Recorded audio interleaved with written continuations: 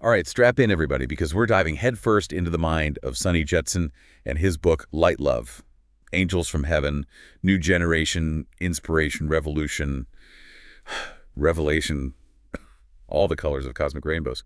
I gotta say, this one's a doozy. Someone out there sent this in as a deep dive request, and Definitely off the beaten track. you got that right.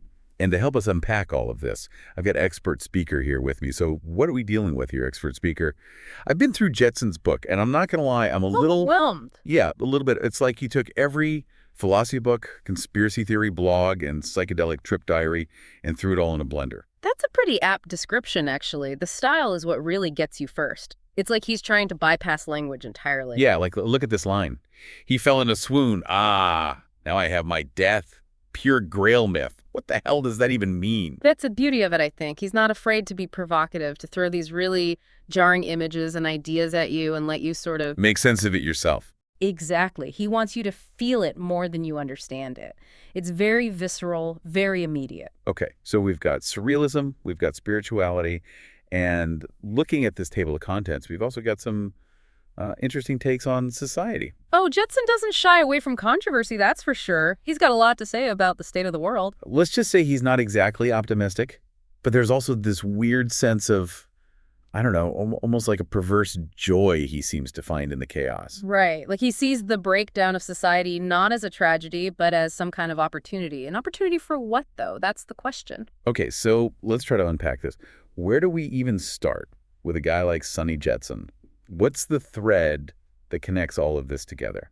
Well, I think you have to start with his own life. He talks a lot about his travels, his relationships, his struggles with, well, pretty much everything. Yeah, and it's all filtered through this lens of, like, extreme subjectivity. It's like you're trapped inside his head, experiencing the world through his eyes. And his eyes, my friend, have seen a lot. That they have. And done their fair share of dot experiencing, if you catch my drift. Oh, absolutely. But that's all part of what makes him such a fascinating figure, right? He's lived a life on his own terms, completely outside the mainstream. And he's not afraid to talk about it. Yeah. In excruciating detail. But I think what I find most interesting is this tension between, like, his desire for enlightenment, for spiritual transcendence. Right. And then the reality of his life, which is often messy, chaotic. And let's be honest, sometimes downright self-destructive. Yeah. So how do we reconcile those two sides of Sunny Jetson? That's the million-dollar question, isn't it? It really is. All right, so we've established that Sunny Jetson is one complicated dude. But there's something about his writing, for all its weirdness, that's Compelling. yeah, compelling. So let's dive into some of the specifics and see if we can figure out what makes this guy tick. He's searching for something, that's for sure. Aren't we all? Yeah. But yeah, Jetson takes it to a whole other level. Like, he's not just looking for love, he's looking for some kind of ultimate connection, something that transcends the physical world. Which is interesting because he's also incredibly, Hung up on the physical? well, that's one way to put it. He's very open, let's say, about his relationships with women. That's putting it mildly. This is the guy who wrote, "Risk of a flight fuck, trusted her every time.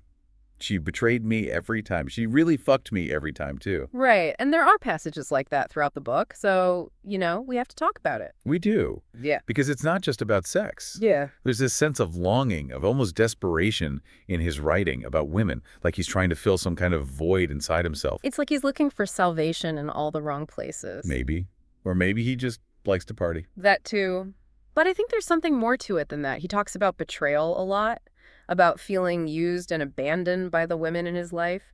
It's like he's constantly seeking validation, but also pushing people away at the same time. Yeah, classic self-sabotage. Exactly. Which makes his whole quest for enlightenment even more complicated, right? Because how can you find inner peace when you're creating so much chaos in your own life? That's the paradox, isn't it? But maybe that's the point. Maybe Jetson is trying to show us that enlightenment isn't about achieving some perfect state of being. It's about embracing the messiness of life, the good and the bad. So we should all just go out and sleep with a bunch of people and do a bunch of drugs and hope for the best? I don't think so. No, not quite. It's more about being honest with yourself about who you are and what you weren't. And what about all the conspiracy stuff? Does that tie into his search for enlightenment?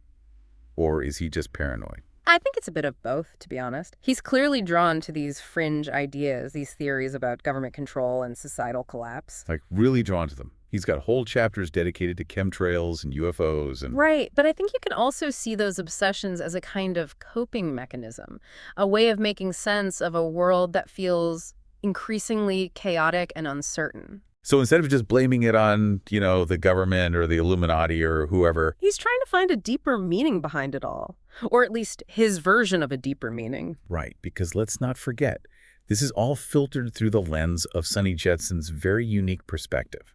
Which brings us back to his writing style. How much of this is just, him being out there? That's the eternal question, isn't it? But I think even if you take away the surrealism, the stream of consciousness ramblings, the occasional forays into, shall we say, questionable taste, there's still something profoundly honest about his work. So, how should we approach a book like Light Love Angels from Heaven? New Generation Inspiration Revolution. Revelation. All the colors of cosmic rainbows. Is it a work of genius or just a bunch of nonsense? Why not both? Fair enough. Huh? But there's one thing we haven't talked about yet that I think ties into all of this. Yeah.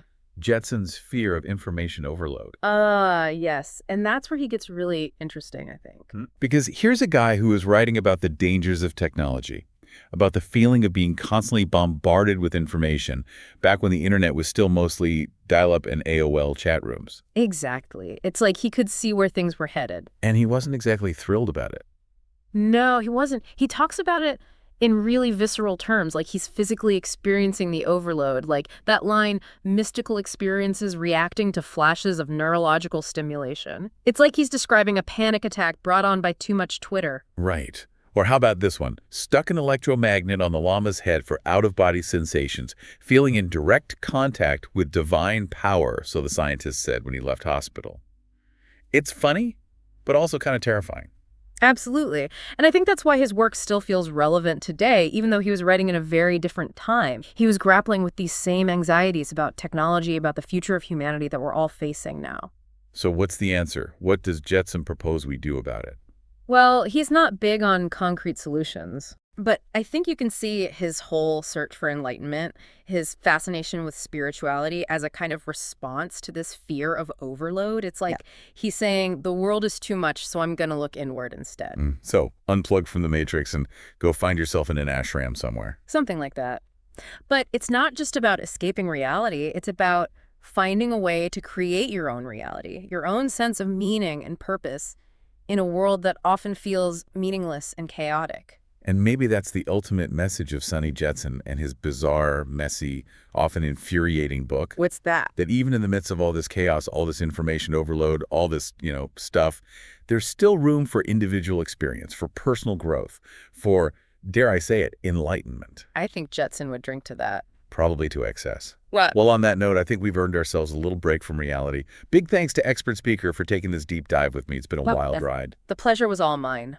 And to our listeners, if you've got a book, a blog, a manifesto, whatever, that you think deserves the deep dive treatment, send it our way. We'll do our best to make sense of it, or at least have a good time trying.